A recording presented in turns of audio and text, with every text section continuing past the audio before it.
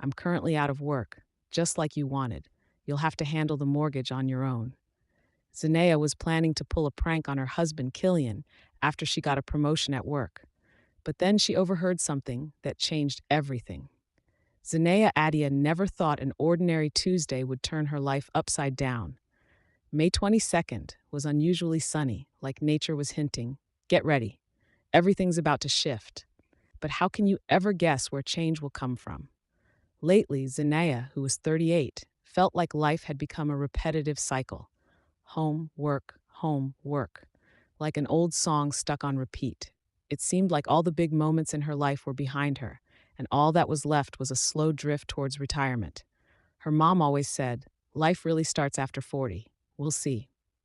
Zanea parked her 15-year-old Nissan Altima in the staff lot. The car was old but dependable, despite Killian's constant nagging to trade it for something nicer. Trade it for what? Another crippling loan? She always shot back. Right now, as they struggled to pay the mortgage on their three-bedroom condo in Southside Atlanta, talking about a new car felt totally unrealistic. The Carver Building Business Center buzzed with its usual morning activity.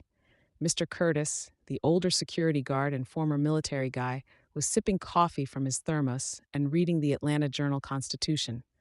"Morning, Miss Adia," he greeted her warmly.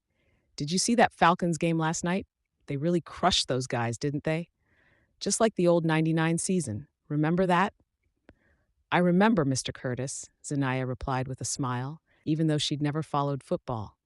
"How are your grandkids?" she asked. "Growing like weeds. The youngest already knows his multiplication tables. Can you believe it?" he said.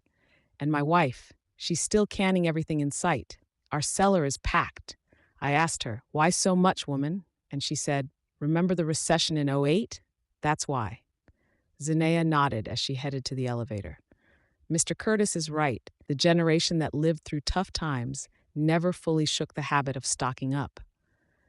She and Killian also had jars of pickled cucumbers and stewed peaches in their pantry, which she canned at the family land every summer, even though they could buy anything at the store.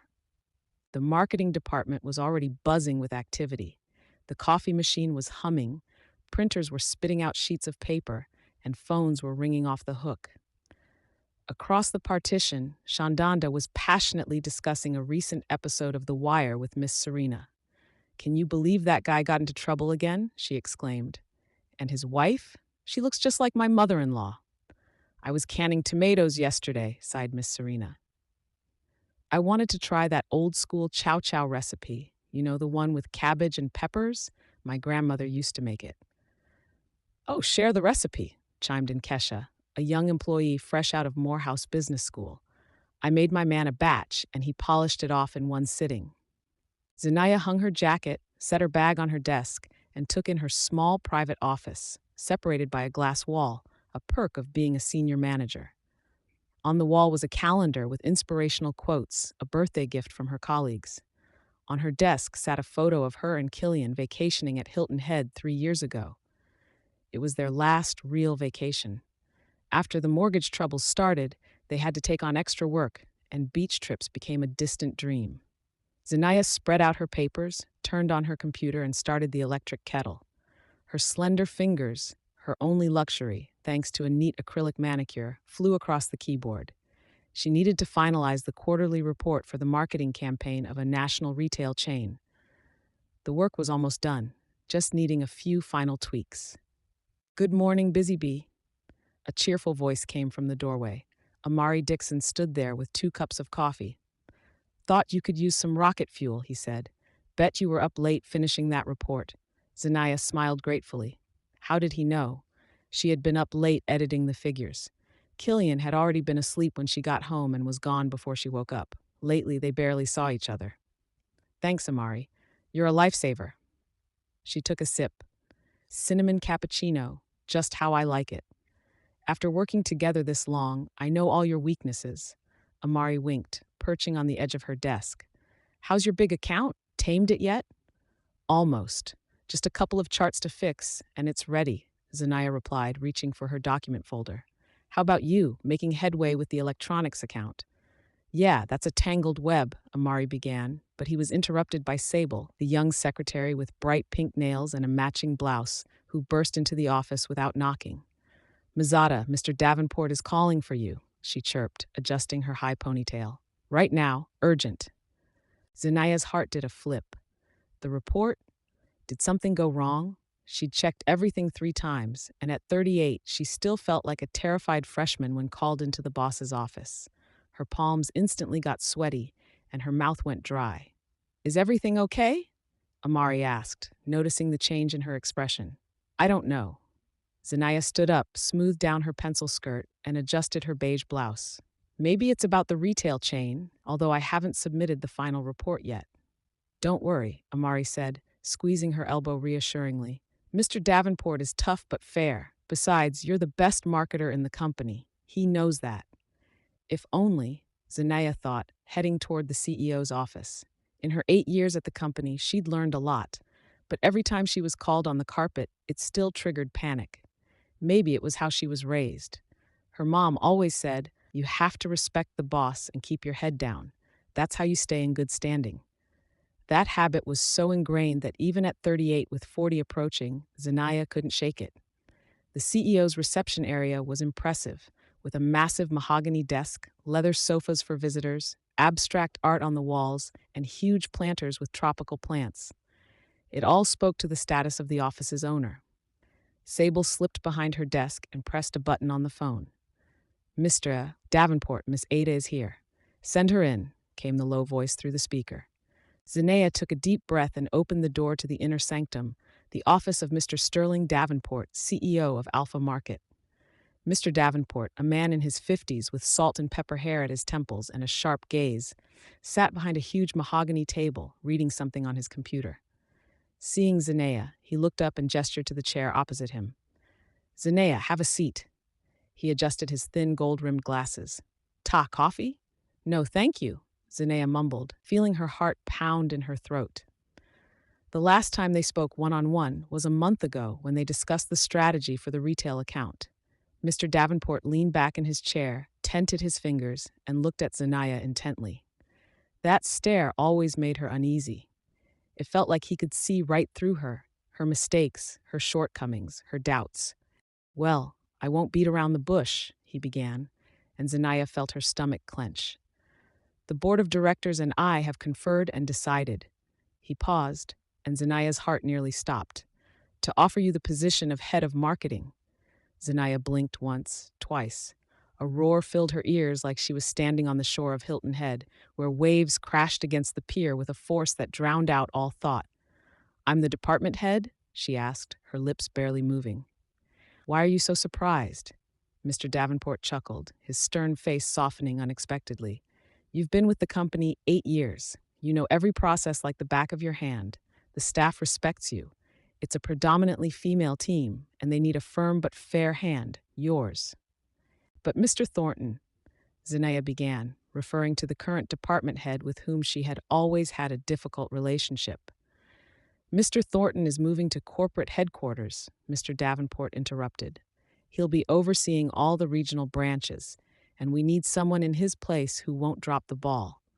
You understand the times are challenging, and the competition is growing like wildfire. We need fresh ideas and a new approach. I personally reviewed all your campaigns over the last year. It's impressive, especially the retail chain work. Sales increased by 30%. Zanaya was speechless. Her mind was a jumble of thoughts and emotions. Head of the department?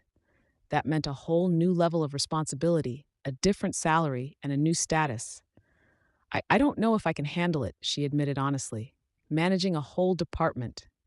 Zanaya, Mr. Davenport cut her off. I'm not offering this lightly. The company is growing. We need people who grow with it, who are ready to take responsibility and aren't afraid of a challenge.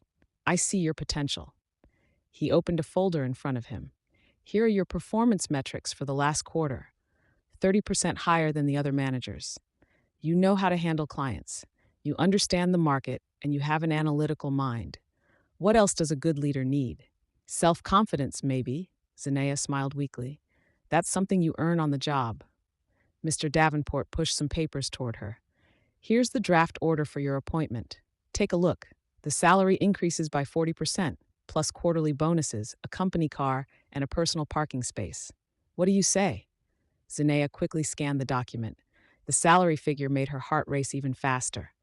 With that kind of money, they could not only pay the mortgage without stress, but also start a savings account. She could even think about the second child she and Killian had once dreamed of, but postponed due to financial difficulties. I accept, she breathed out. Excellent, Mr. Davenport said, handing her a pen.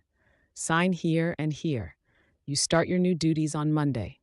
In the meantime, I suggest you familiarize yourself with the department's current projects and prepare a work plan for the next quarter.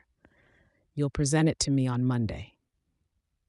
Zinaya walked out of the CEO's office on shaky legs, clutching the copy of the order in her hands, afraid it would disappear if she relaxed her grip.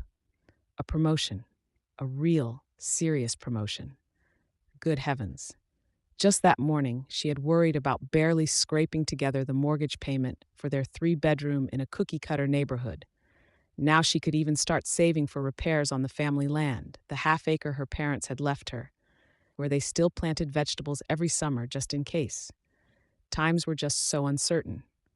Well, were you hauled over the coals? Amari, her colleague and the only man in the department besides the courier, poked his head in with another cup of coffee. Judging by your face, it was a rough one. Another budget issue. Zinaya looked up at him, unsure whether to laugh or cry. She wanted to scream with joy, hug someone, and share the news. But something held her back. What if she jinxed it? Their workplace, like any other, had a mix of people. Some would genuinely be happy for her, but others would be envious and start causing trouble. Amari, you won't believe it, she started, then stopped herself. She didn't want to blurt out the news to the whole department before the official announcement. Besides, Amari himself might have been up for the job, even though he'd been at the company for less time. I'll tell you later, okay? How about we go to the diner after work and celebrate something? A tease, are we? Amari playfully shook his finger. Now I won't be able to work all day because of curiosity. What happened? Did you get a bonus for the retail project? Something like that, Zinaya answered evasively. All right, get back to work before you really don't get anything done. Amari shook his head and left the office. Zinaya finally allowed herself a wide smile.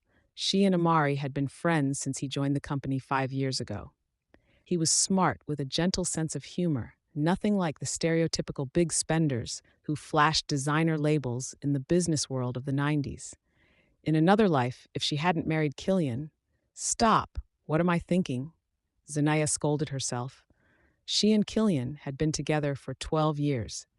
They met at a friend's birthday party and married 6 months later. Head over heels into trouble was how Mama Ara, Zinaya's grandmother, described it back then. The only person in the family who was against the marriage. But does youth ever listen to age? Especially since Mama Ara was suspicious of all men after Zinaya's grandfather left her for a younger woman.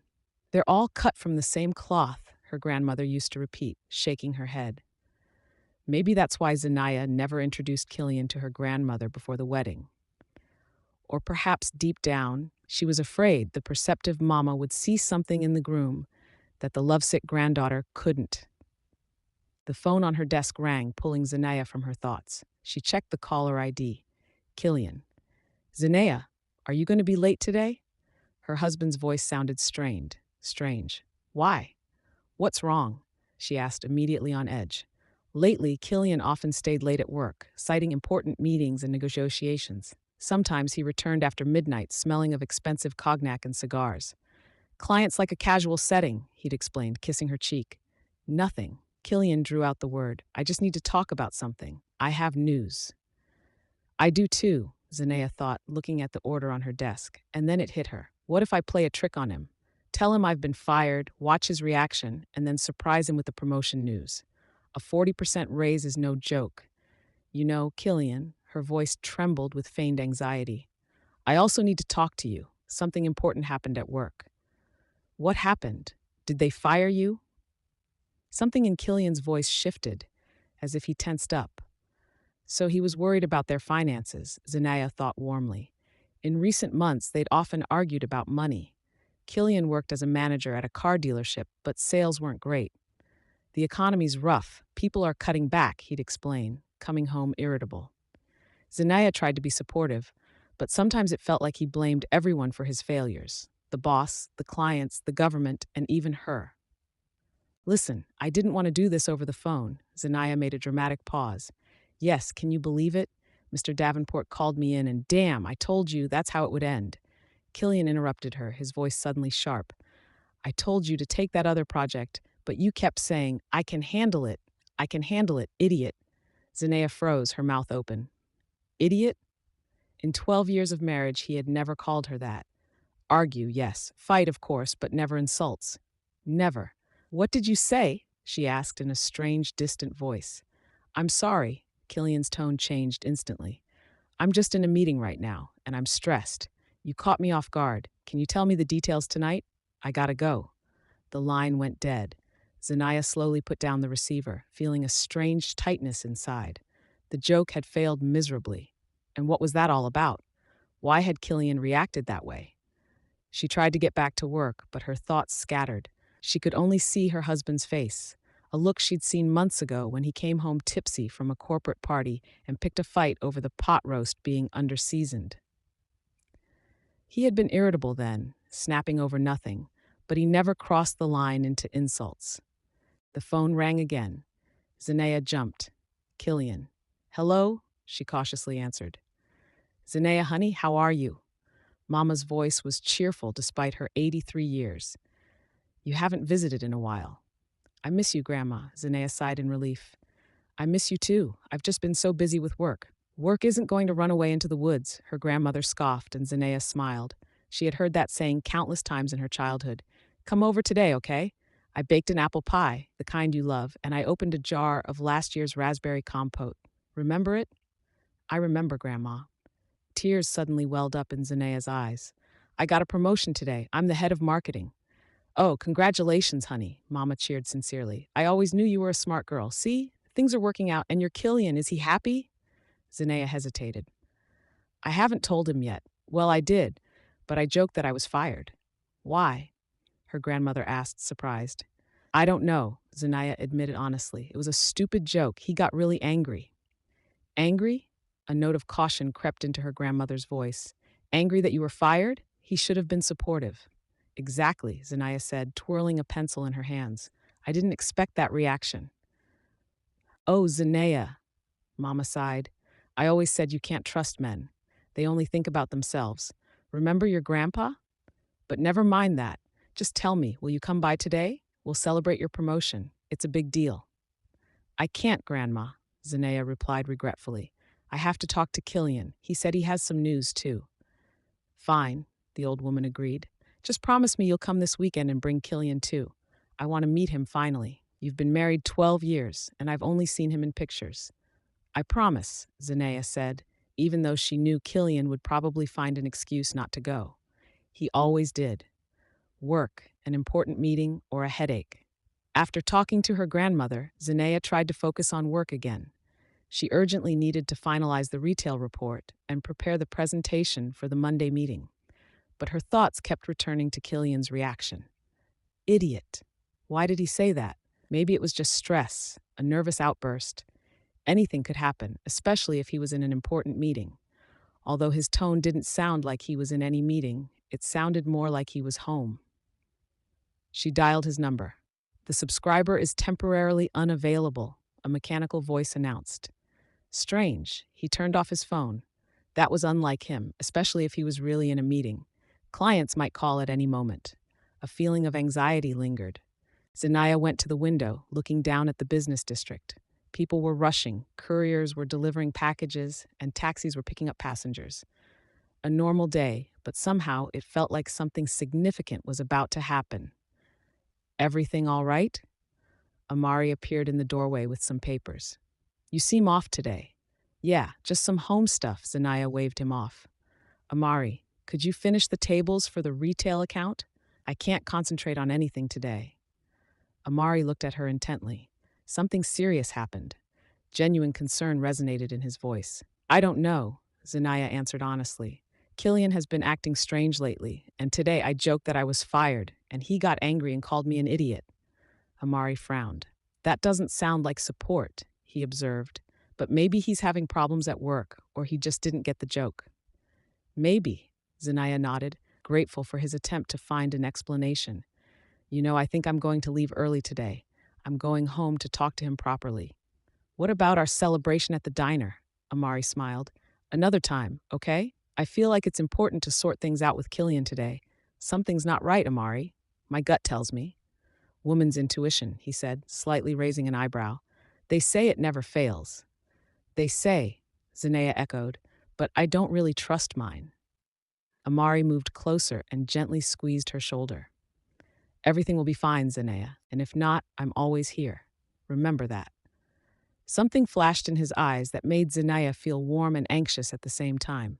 She had long noticed Amari's special attention, but she always tried not to read into it. They were just friends, colleagues, nothing more. Mr. Davenport was surprised when Zanaya asked to leave early, but didn't object. Of course, Zanaya, you've earned a little rest. A promotion like this is stressful, even if it's a good kind. Just don't forget the presentation on Monday. You need to impress the department. I won't forget, she promised, hurrying toward the exit. May was hot like July. Zanea took off her jacket, remaining in her light blouse, and headed for the parking lot. On the way, she dialed her husband's number again, still unavailable. Her heart squeezed with a bad feeling. What if something happened to him? An accident? No, that was ridiculous. He was just in a meeting where he couldn't answer the phone or in the subway where there was no signal. Their condo was in a typical high-rise built in the late 80s in a working-class neighborhood. Zanea and Killian had bought it 5 years ago when housing prices briefly dipped. They took out a 15-year mortgage, barely scraping together the down payment.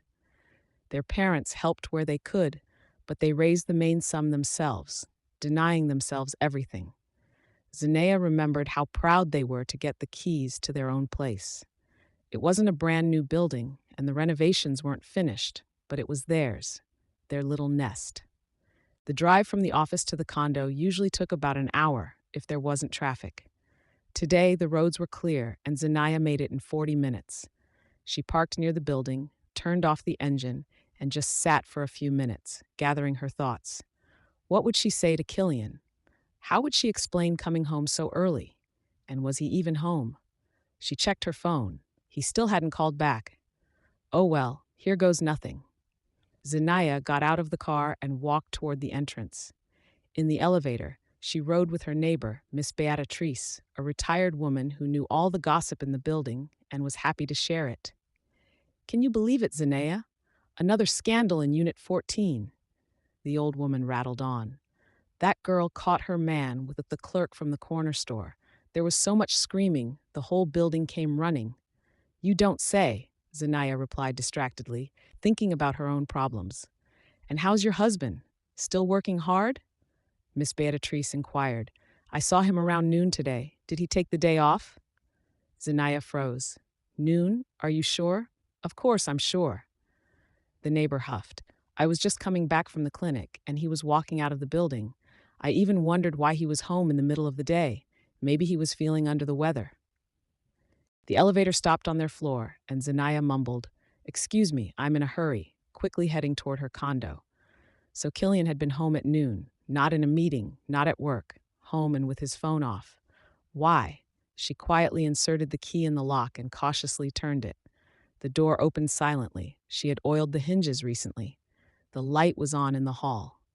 Killian, Zanaya called out, taking off her shoes. Are you home? Silence.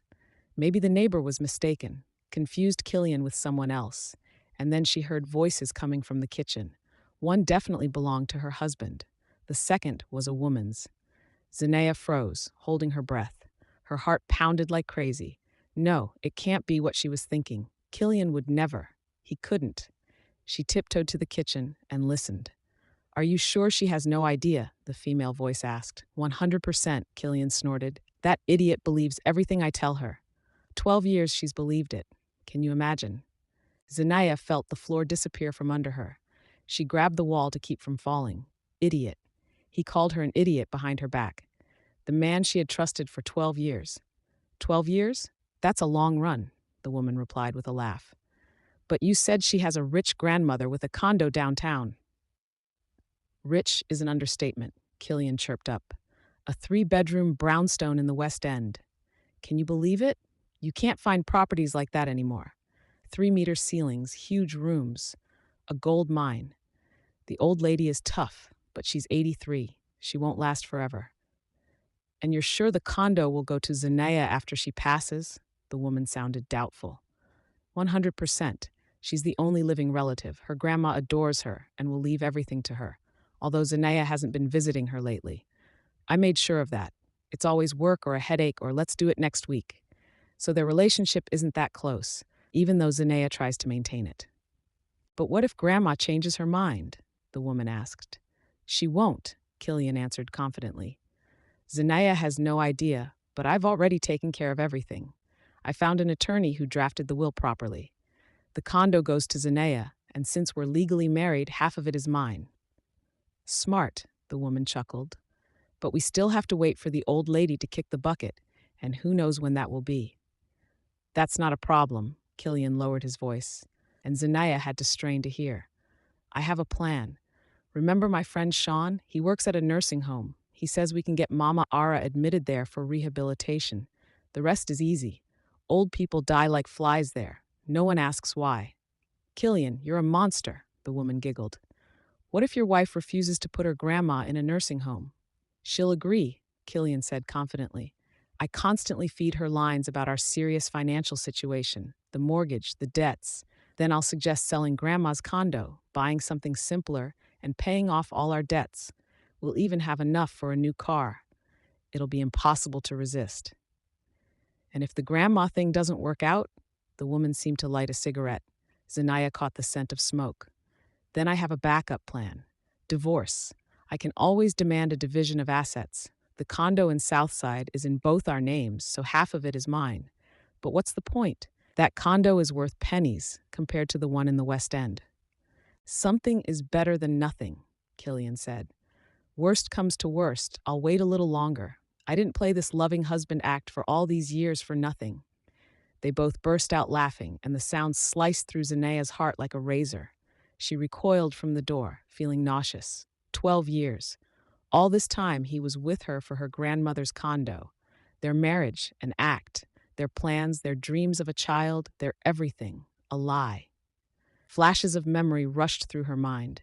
How Killian always tried to talk her out of visiting her grandmother. How tense he got when the will came up. How subtly he suggested sending Mama Ara to a good assisted living facility where she would be better cared for than they ever could. Back then, Zanaya thought it was a display of care. You need to leave, Killian suddenly said. Zanaya might be back. But you said she'd be late today. Something about work. She called this afternoon and said she was fired. She might show up early. I don't want to risk it. Fired? The woman whistled in surprise. Then you definitely need to sort out Grandma's condo. You won't be able to handle the mortgage without her paycheck. That's what I'm saying, Killian grumbled. 12 years I put up with it, and this cow can't even keep her job. All right, I'm going, the woman said. I'll call you tonight. Zanaya frantically looked around. They would come out of the kitchen now and see her. She had to leave immediately. She tiptoed to the front door, quietly unlocked the deadbolt, and slipped out onto the landing. Her heart was hammering so loudly she thought the entire building could hear it. She went down one flight of stairs and stopped, trying to catch her breath. What now? Where do I go? What do I do? Her head was a mess of overheard fragments, and each one was more painful than the last. That idiot believes everything I tell her. 83. She won't last forever. I've already taken care of everything. Zanaya suddenly remembered that a year ago, her grandmother was hospitalized with a suspected stroke. The doctors never made a definitive diagnosis but prescribed a ton of medication. Killian had volunteered to buy the drugs and take them to Mama Ara himself. You're too busy with work, he'd said. Could it be? Could he have switched the medication? The thought made Zanaya feel even sicker. She went down the stairs and out onto the street. May was generous with its warmth. The sun bathed the courtyard. Children played loudly on the playground. Mothers discussed the latest gossip. A normal life, which had been her life just a couple of hours ago. Now it felt like a set for someone else's play. Zinaya got into her car but didn't start the engine. She took out her phone and aimlessly scrolled through her contacts. Who should she call? Who could she tell? Her mother. She lived in another state, and what would she say? I told you not to rush into marriage. I told you to look closely at him. Her friends. Over the years of marriage and endless work, almost all her connections had faded. All that was left were formal relationships with colleagues. Her finger stopped on Amari's name. He always understood her without a word, always supportive. And if not, I'm always here. Remember that, he had said today as if he knew. She hit call, her hands shaking. Zinaya? Amari's voice sounded surprised. You're home already? Is everything all right? Her voice broke and she coughed, trying to hold back a sob. Amari, can I meet you right now? Of course, she heard some rustling on the line. What happened? Where are you? Near the condo. Well, not exactly. Sitting in the car. Killian? Amari asked cautiously. Yes, she whimpered. No, I mean it's a long story. Can we talk somewhere? There's that little diner by Mr. Curtis's place near Northside Drive. You know the one? The one? I'll be there in 30 minutes. Can you make it? I can. Zanaya wiped away her tears with the back of her hand. Thank you, Amari. Don't mention it. Hang in there. I'm on my way.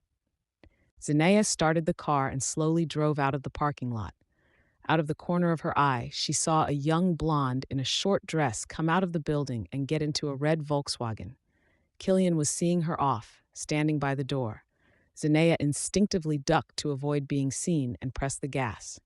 The diner was a small, cozy spot that served inexpensive blue plate specials for office workers and complete dinners for seniors. The interior was reminiscent of an old-school luncheonette, with checkered tablecloths, simple chairs, and reproductions of cityscapes on the walls. Zanaya sometimes ate lunch there when she worked from home. She chose a booth in the corner, far from the windows, and ordered tea. Her hands were still trembling, and she had to clench her fingers to stop the shaking. Fragments of the overheard conversation spun in her head, mixing with memories from 12 years ago. How they met through mutual friends. How charmingly Killian courted her. Flowers, restaurants, compliments. How he proposed after a jazz concert, dropping to one knee right on the street. And all of it was an act for her grandmother's condo. Zinaya? Amari appeared so suddenly that she jumped. Sorry, did I scare you?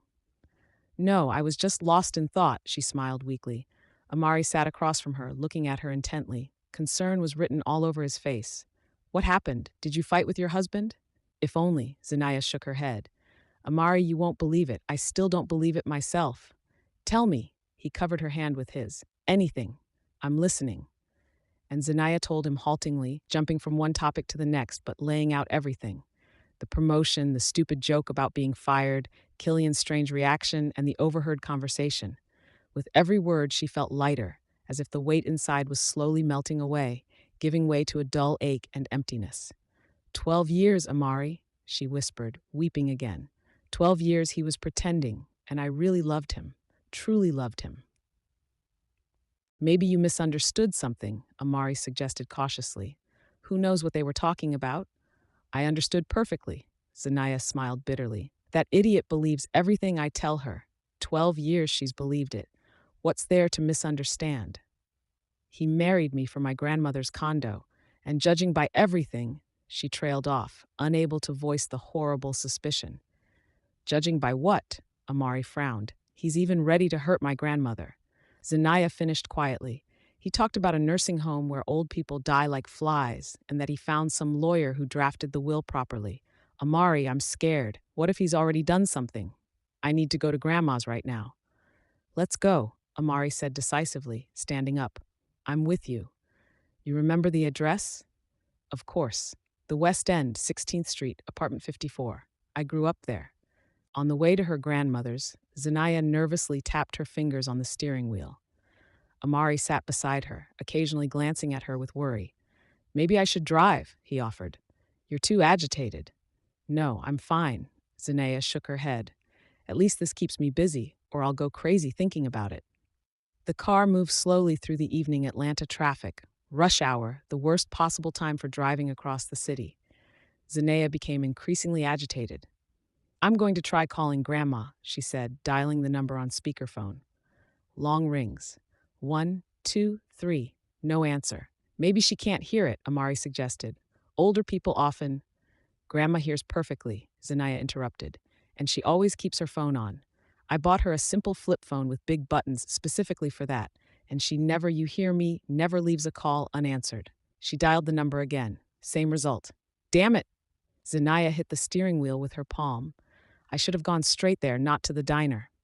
Don't blame yourself, Amari said gently. You were in shock. It's normal. Nothing about this is normal, Zanaya grumbled, peering at the road. How could I have been so blind? 12 years.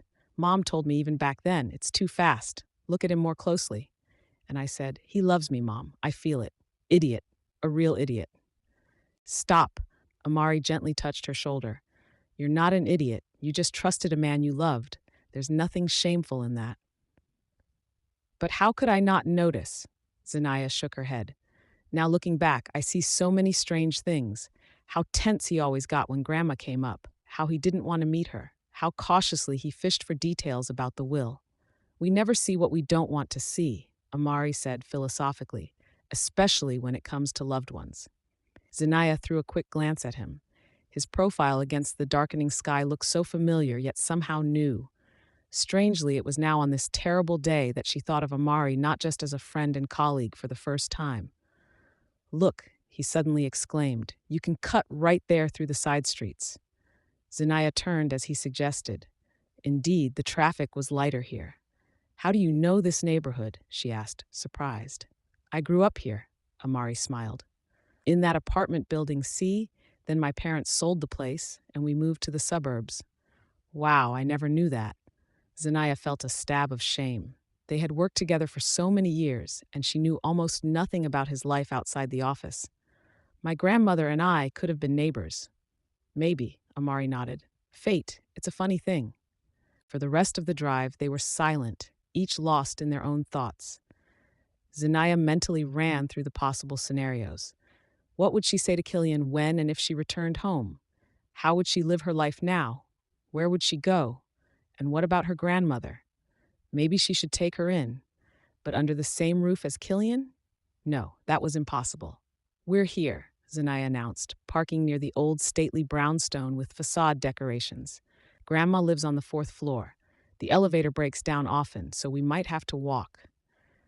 I'm ready for the 10th floor without an elevator, Amari assured her, getting out of the car.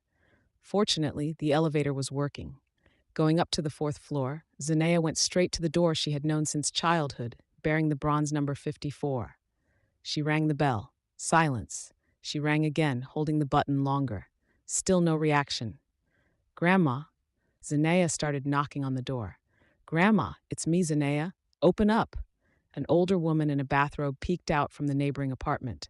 Why are you knocking? No one's home. They took your grandmother away. Zanaya's legs felt weak. They took her where? What's wrong with her? How should I know? The neighbor shrugged. I saw them carrying her out on a stretcher through the window.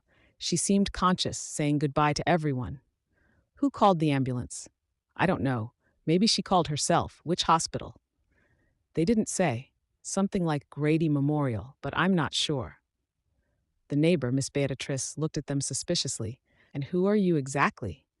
I'm her granddaughter, Zanaya managed to say, her only relative. Oh, it's you, Zanaya. The woman's face softened.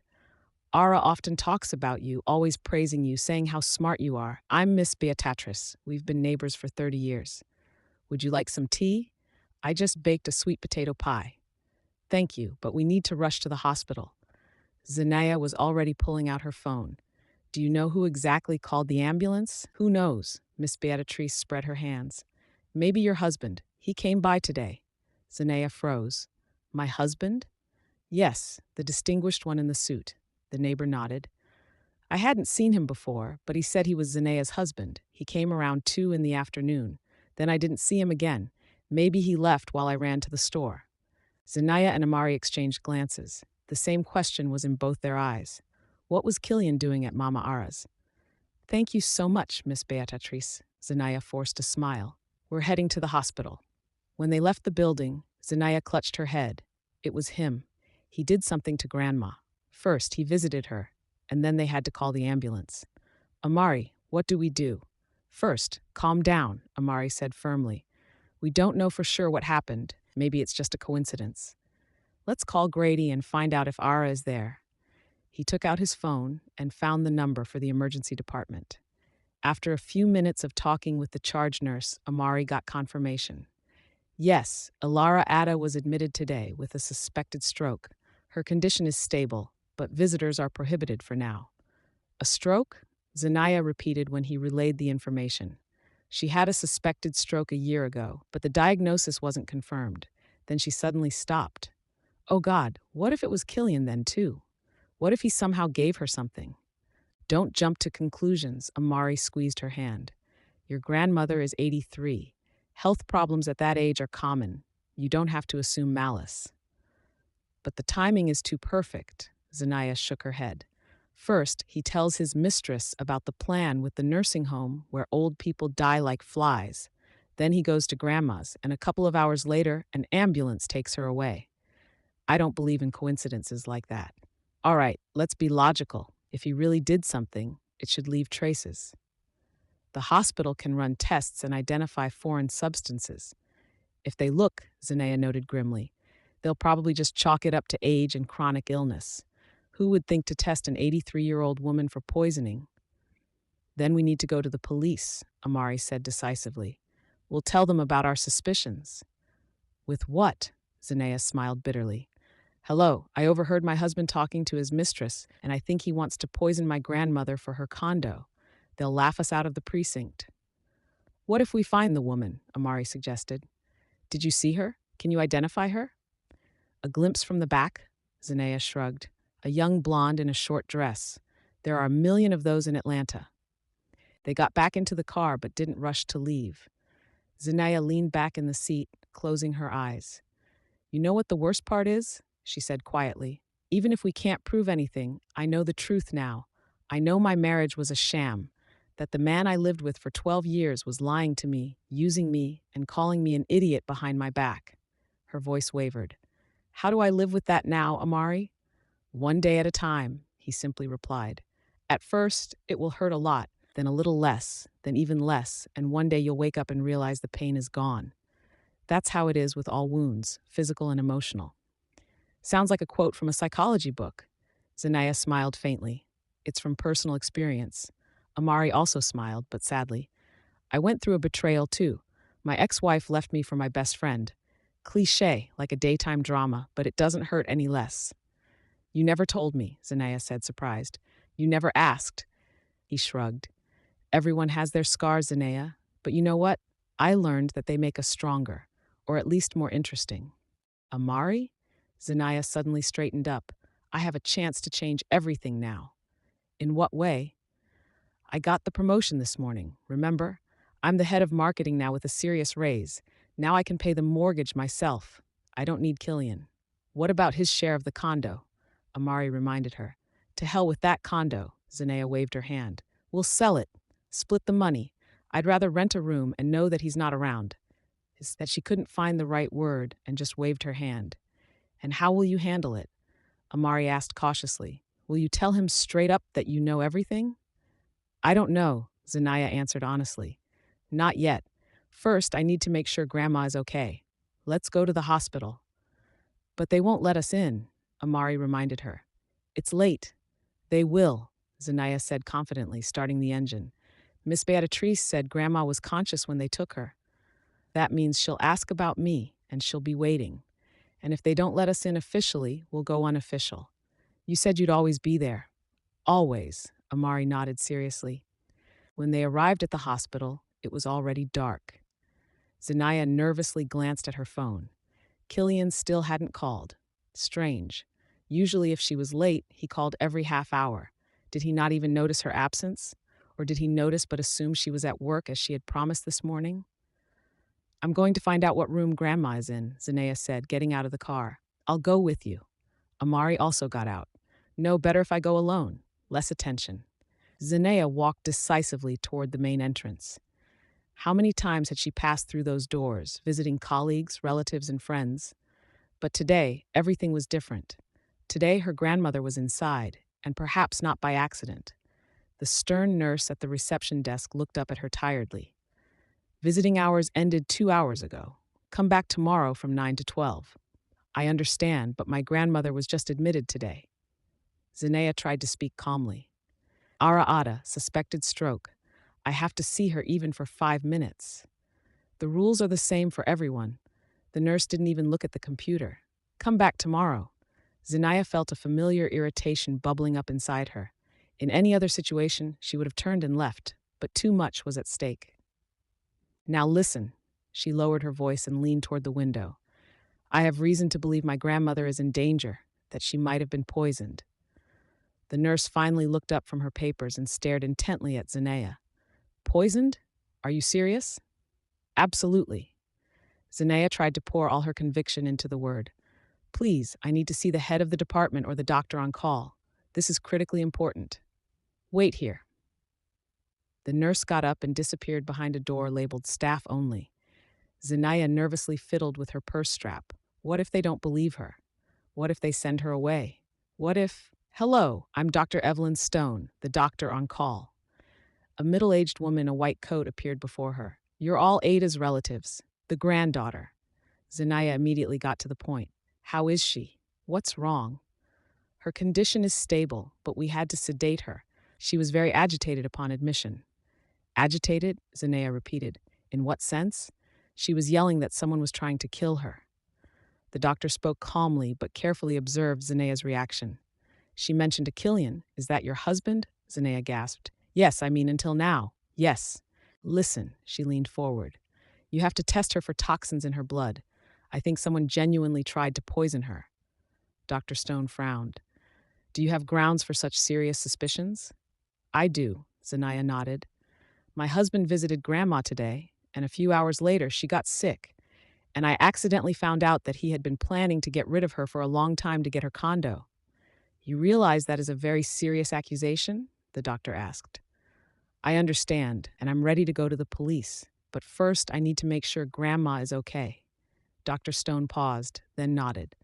All right, I'll order additional tests, and I'll allow you a brief visit, but only for 10 minutes and only if she's awake. Thank you, Zinaya breathed out. Thank you so much. The doctor led her to the intensive care unit. In front of the door, Zinaya paused for a moment, gathering her courage. Mama looked so small and fragile on the hospital bed, entangled in wires and tubes.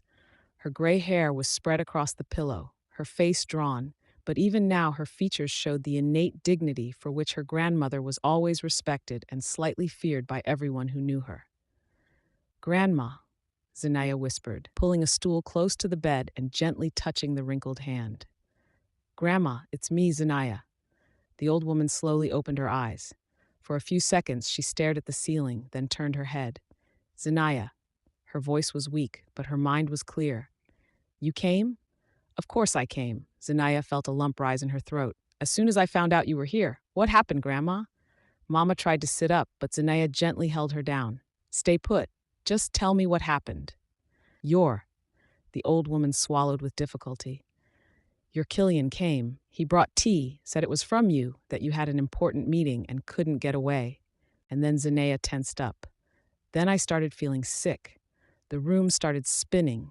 My heart was pounding so hard I thought it would jump out of my chest. Her grandmother gasped. He wanted to kill me. Zinaya, I heard him talking on the phone when he thought I was in the bathroom about a nursing home where old people die like flies. Zinaya went cold. The same words she had heard from Killian's lips a few hours ago. Grandma, she squeezed the old woman's hand. I know everything. I won't let him hurt you. Never. I promise. Mama smiled weakly. You were always a smart girl, my pride, but you weren't lucky in husbands, just like me back then. Zinaya remembered her grandmother's story. She became a widow young, then married a second time, but quickly divorced when she realized the man was only interested in her house. Like mother, like daughter, Zinaya thought sadly. Don't worry, she said aloud. We'll fix everything. Your health is the most important thing now. I'll handle Killian. At that moment, the door opened and Dr. Stone walked in. Visiting time is ending, she said softly. Ara Ada needs rest. Just one more minute, Zanaya pleaded, and leaning toward her grandmother, she whispered, I'll be back tomorrow, and you're going to be fine now. The doctors will take care of you. My girl, her grandmother gently stroked her cheek. Don't do anything foolish. He's a dangerous man. I'll be careful, Zanaya promised, and kissing her grandmother on the forehead, she left the room. Amari was waiting for her in the hall. Seeing the look on her face, he asked anxiously, What happened? It's exactly as we thought, Zanaya replied quietly. Killian tried to poison Grandma, and she heard everything about the nursing home, about the old people who die like flies, the exact things I overheard this afternoon. Damn, Amari exhaled. What now? Now, Zanaya straightened her shoulders. We go to the police. Zanaya and Amari left the police precinct well after midnight. They filed a report, but without the toxicology results the hospital promised to deliver, no serious action was expected. So, what happens next? Amari asked when they got into the car. Zanaya leaned back tiredly. I'm not going home, that's for sure. You can stay at my place, Amari offered. The sofa in the living room is comfortable. Thank you, Zanaya gratefully touched his arm. But I need to grab some things from the condo first. And honestly, I want to talk to Killian right now. Are you sure? Amari sounded worried. After everything you found out? I'm sure, Zanaya said firmly. I need to look him in the eye, tell him everything I think of him, and get my documents, jewelry, and laptop with my work files. It's important. Then I'm going with you, Amari stated decisively. No, Zanaya shook her head. I have to do this myself, but you can wait for me downstairs in the car. If I'm not out in 30 minutes, call the police. Amari wanted to argue, but only nodded when he saw the look on her face. All right, but be careful. When Zanaya and Amari arrived at the condo, the light was on in the fifth-floor window. Killian was home. Zanaya took a deep breath, trying to calm the trembling in her hands. 30 minutes, Amari reminded her. If anything goes wrong, call immediately. Agreed. Zanaya got out of the car and walked toward the entrance. In the elevator, she looked at her reflection in the mirror. Pale face, messy hair, eyes red from crying. You look terrible, Zanaya, she thought. But inside, beneath the layer of fatigue and fear, a strange resolve was taking root. She had nothing to regret. She had lived for 12 years with a man who didn't love her, but now she knew the truth, and that knowledge gave her freedom. The front door opened the moment she inserted the key. Killian stood on the threshold, freshly shaven in home pants and a fresh shirt as if he were about to go out. Where have you been? He asked, instead of greeting her. I tried to call you. Your phone was off. Zanaya walked silently past him into the condo. Inside, everything was as usual, clean, neat, sterile. Their shared home, which had never been a real home. You didn't answer my call this morning, she said, turning to her husband. About the firing. Oh, that. Killian waved his hand. I was busy, and what is there to say? You'll find another job. I won't, Zanaya allowed herself a slight smile. Because I wasn't fired. Killian frowned. I don't understand. I was promoted, Zanaya said calmly. I'm the head of marketing now with a salary increase of 1.5 times the old one. I decided to play a joke on you, say I lost my job, and then surprise you with the good news. Funny, right? Funny, Killian said without a trace of a smile. Why would you joke like that? I don't know, Zanaya shrugged. I guess I wanted to test your reaction. You know what's most interesting? You didn't even call to find out the details. Didn't ask how I was. You didn't react at all to the news that your wife was suddenly unemployed. Killian shrugged. I was busy. Besides, I knew you'd handle it. You always handle things. Yes, Zanaya nodded. I always handle things. But today I had to handle the fact that my husband tried to poison my grandmother. She's in the hospital. Killian's face froze. What kind of nonsense is that? Don't pretend, Zanaya said tiredly. I know everything about your plans to send Grandma to the nursing home where old people die like flies, about your girlfriend you discussed it with, about how you went to Mama Ara today with poisoned tea. You've lost your mind. Killian took a step back. What poison tea? I just visited your grandmother, brought her some treats. She's your only family. I wanted to show I cared. How caring, Zanaya smiled bitterly. Yet somehow after your visit, Grandma ended up in the hospital. And you know what? She heard your phone conversation about the nursing home. So don't deny it. Killian's face changed. The mask of the caring husband dropped, revealing cold calculation. Prove it, he hissed. You can't prove anything. The old woman is senile. She's over 80. Who will believe her? They'll believe the results of the tests, Zanaya countered, which they are doing at the hospital now, and they'll also believe the recording of our conversation, which I'm making on my phone right now. She took her smartphone out of her pocket, the red recording indicator blinking on the screen. It was a bluff. Zanaya had only turned on the voice recorder after entering the condo, and it couldn't have recorded a confession of poisoning. But Killian didn't know that. He turned pale. You can't. I can, Zanaya cut him off.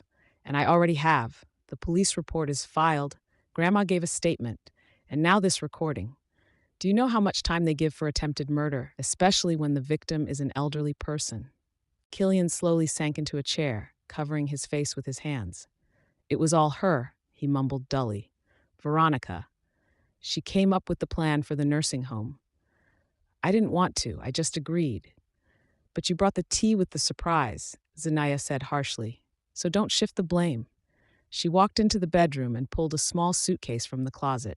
She quickly packed the essentials, documents, a few changes of clothes, her laptop, the pictures of her parents. She grabbed her makeup bag and toothbrush from the bathroom.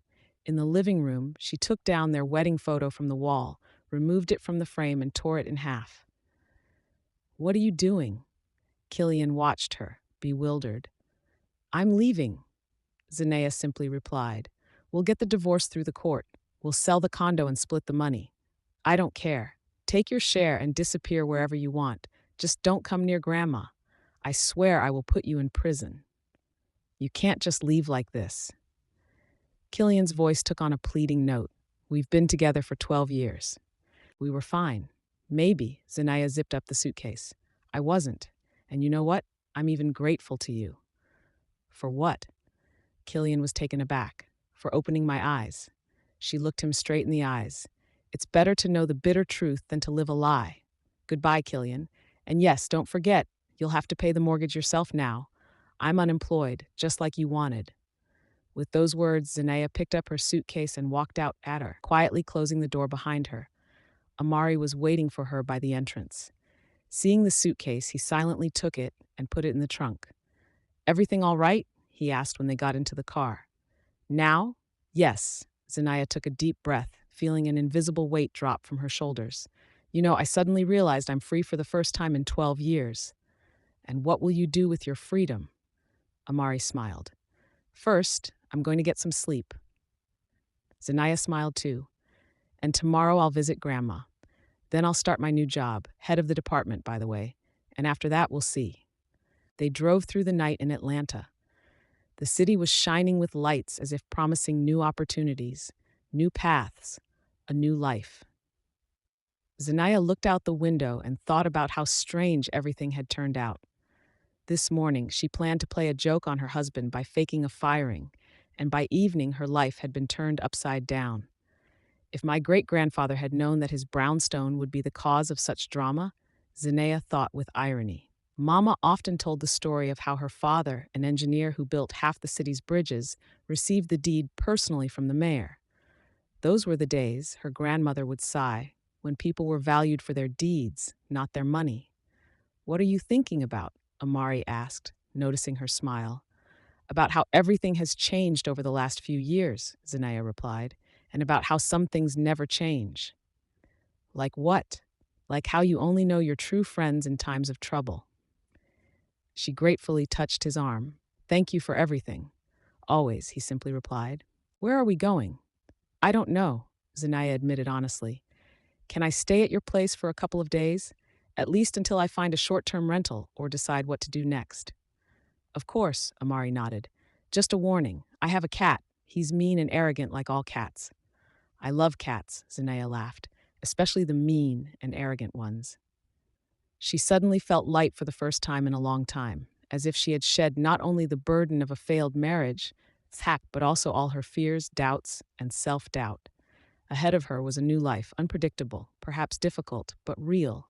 Her own life. And you know what? She said, looking up at the night sky. I'm actually grateful for this day. The failed joke turned out to be the biggest stroke of luck. Amari smiled, as my grandma always used to say. As all grandmas always used to say.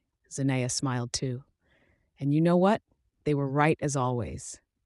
The car turned onto a quiet street, carrying them away from the past and toward the future. What it would hold was unknown, but there was a certain beauty, a promise, a hope in that uncertainty. And Zanea was ready to face the challenge. Did you like the story? And which city are you listening from? Let's meet in the comments. If you like the story, you can support me by sending a super thanks so I can keep bringing more stories like this. Thank you so much for your sweet support. I'm looking forward to your comments on the story. On the screen, you can see 2 new life stories that I highly recommend. There's so much more on my channel. Don't forget to subscribe. See you in the next life story with love and respect.